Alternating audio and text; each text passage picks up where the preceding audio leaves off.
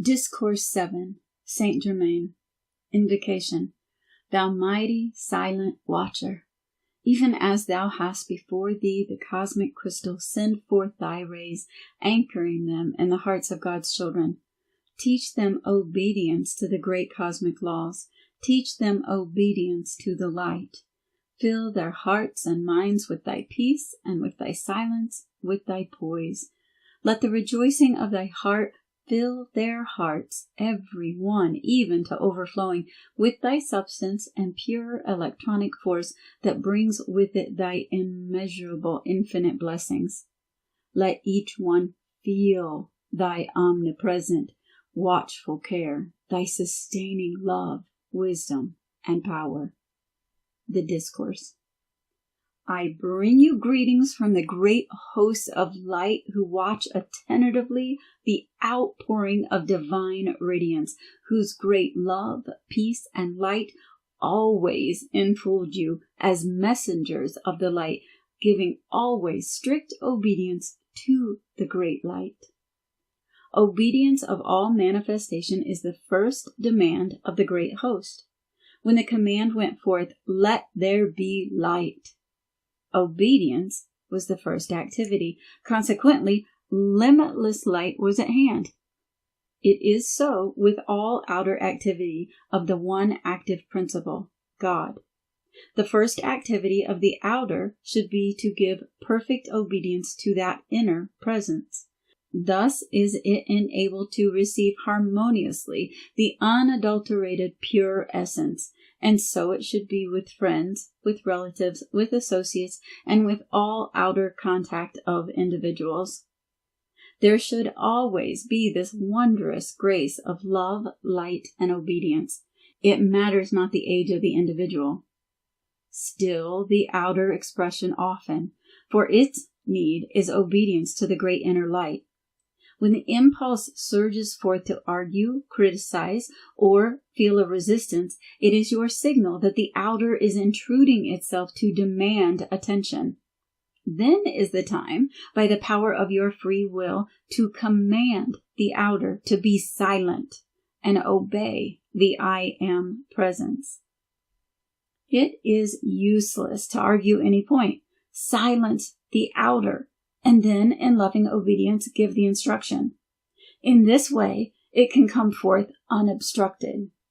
When students have entered the conscious path, the slightest intimation of disturbance or resistance of any kind should be followed instantly by silencing all outer activity and declaring, "I am the obedient, intelligent activity in this mind and body. I am the governing power and do govern it harmoniously." It matters not upon what plane or in what sphere of activity the Son of God, that is, the son or daughter of God, acts. Obedience to its laws, or the divine laws of the sphere in which he is acting, is always imperative to his steady onward progress. Someday, I hope in the near future, we shall take up for consideration the elements of outer activity which are most disturbing, and the effect of their activity upon the body. I do not wish to do this, however, until the students are strong enough to hear the truth of this activity without a single twinge of resistance or self-condemnation, because to start an activity within the individual of either condition would be a mistake upon my part. I spoke some time ago about the student keeping on guard to watch that in an unguarded moment he did not find himself unknowingly entertaining some feeling of resistance, criticism, or some activity which he later discovered had been acting. Every student should constantly use, many times a day, for it only requires a minute, and silently declare, "I am the invincible guard, established, sustained, and maintained over my mind, my body, my home, my world, and my affairs." Keep conscious that this guard, being the I Am presence, naturally has infinite intelligence. This will establish an intelligent guard, an activity about you that does not have to be constantly repeated. Again, we come to the point where every time we use the expression I or I am, we know that it is the full power of love, wisdom, and intelligence acting. Use frequently, I am the full liberation of divine love acting. Now, as a preparatory activity for the day, I would suggest that the students with great joy and firmness, after having refreshed themselves in the morning, would silently declare, knowing that the power of the declaration is self-sustained, I am the governing love, wisdom, and power with its attendant intelligent activity, which is acting today in every single thing that I think or do. I command this infinite activity to take place every moment and be the sustaining guard about me, that I move, speak, and act only in divine order. Then, during the day, whenever you think of it, take the firm consciousness. I am the commanding, governing presence moving everywhere before me during the day, commanding perfect peace and harmony in all activity. In this manner, you will lock the door open for the continuous outpouring of this inner intelligent presence, which will transform your world and keep you from contacting in harmony of any kind, enabling you to have the steady flow of inner peace and harmony in all outer contact. It matters not what the manifestation may be within the body or without. The student must take his firm stand that his body is the temple of the Most High Living God.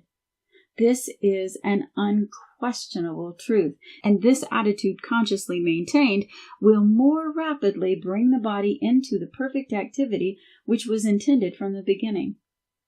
I say to the students in all sincerity, there is no possible way of attaining a quality or a desired attribute without claiming it.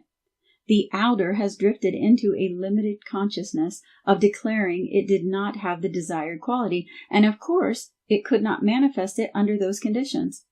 The thought of the student often is, well, I have been holding this idea for a long time, but it doesn't manifest, it doesn't work.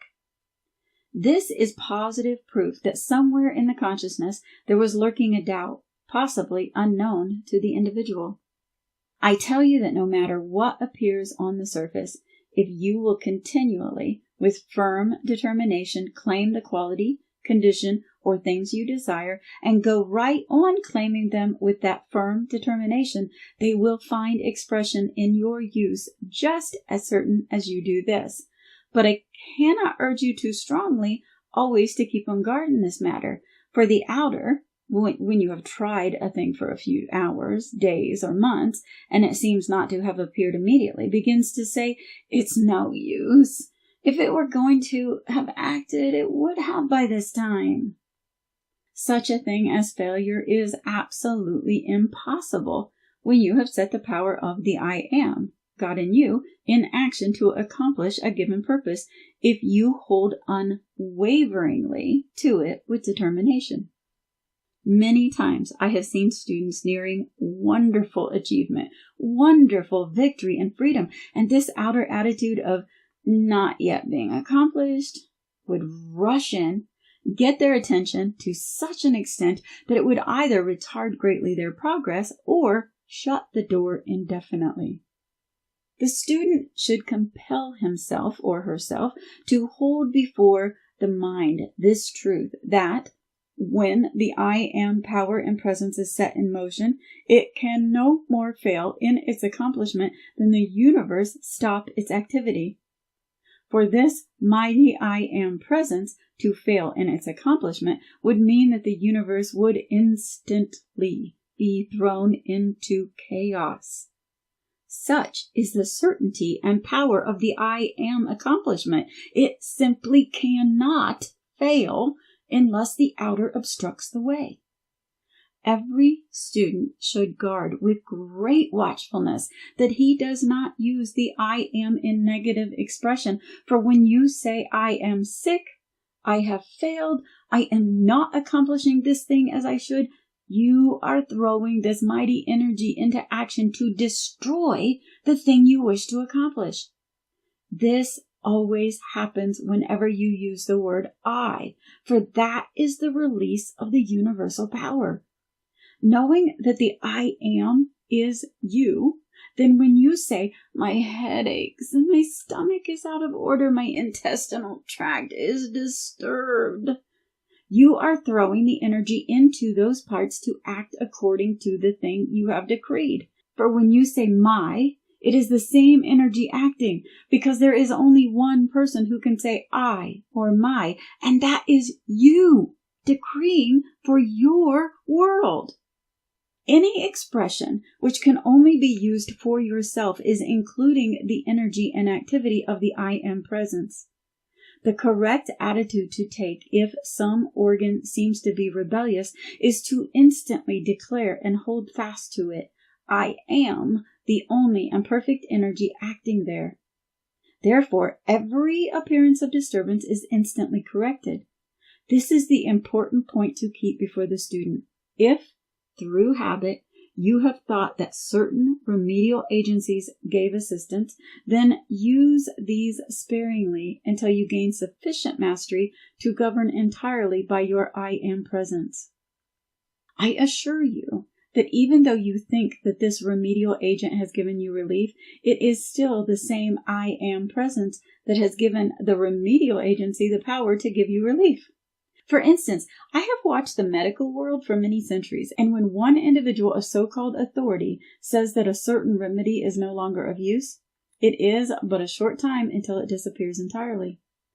The question within the mind of all thinking individuals is that certain herbs or remedial agencies have a certain natural chemical action corresponding to the element within the body. I say to you what gives or makes the chemical affinity. The power of your I am, which enables you to think.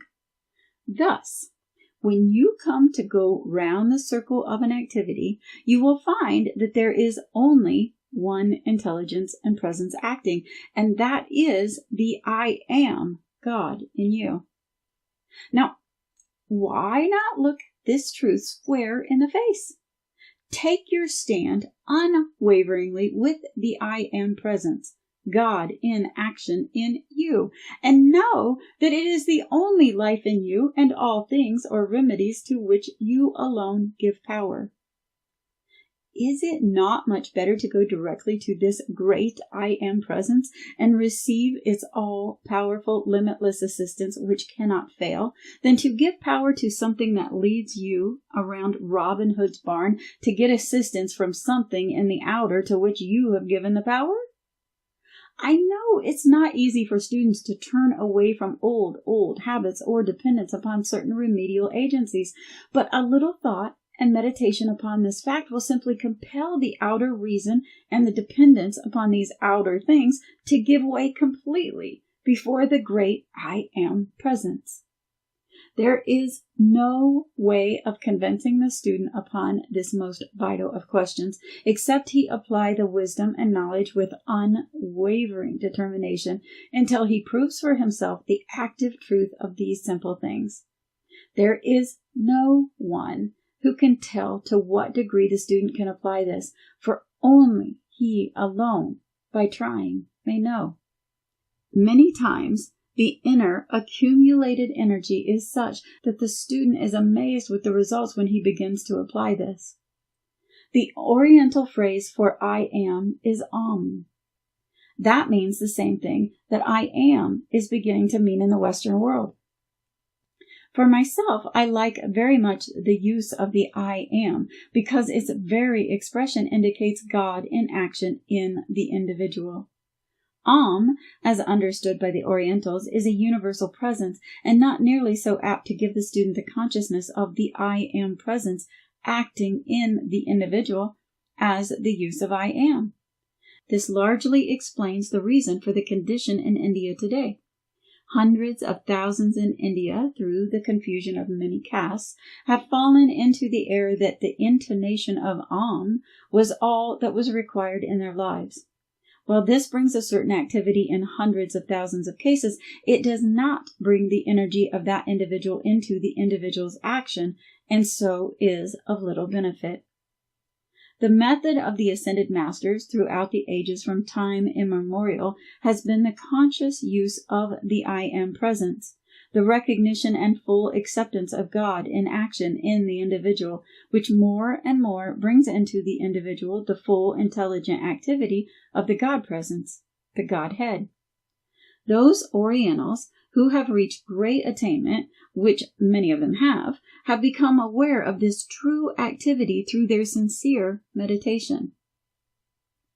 Perhaps the simplest, most powerful single thing that the individual can keep himself reminded of is that when he says, I am, he is knowingly or unknowingly setting into action within himself the full, unadulterated energy of God.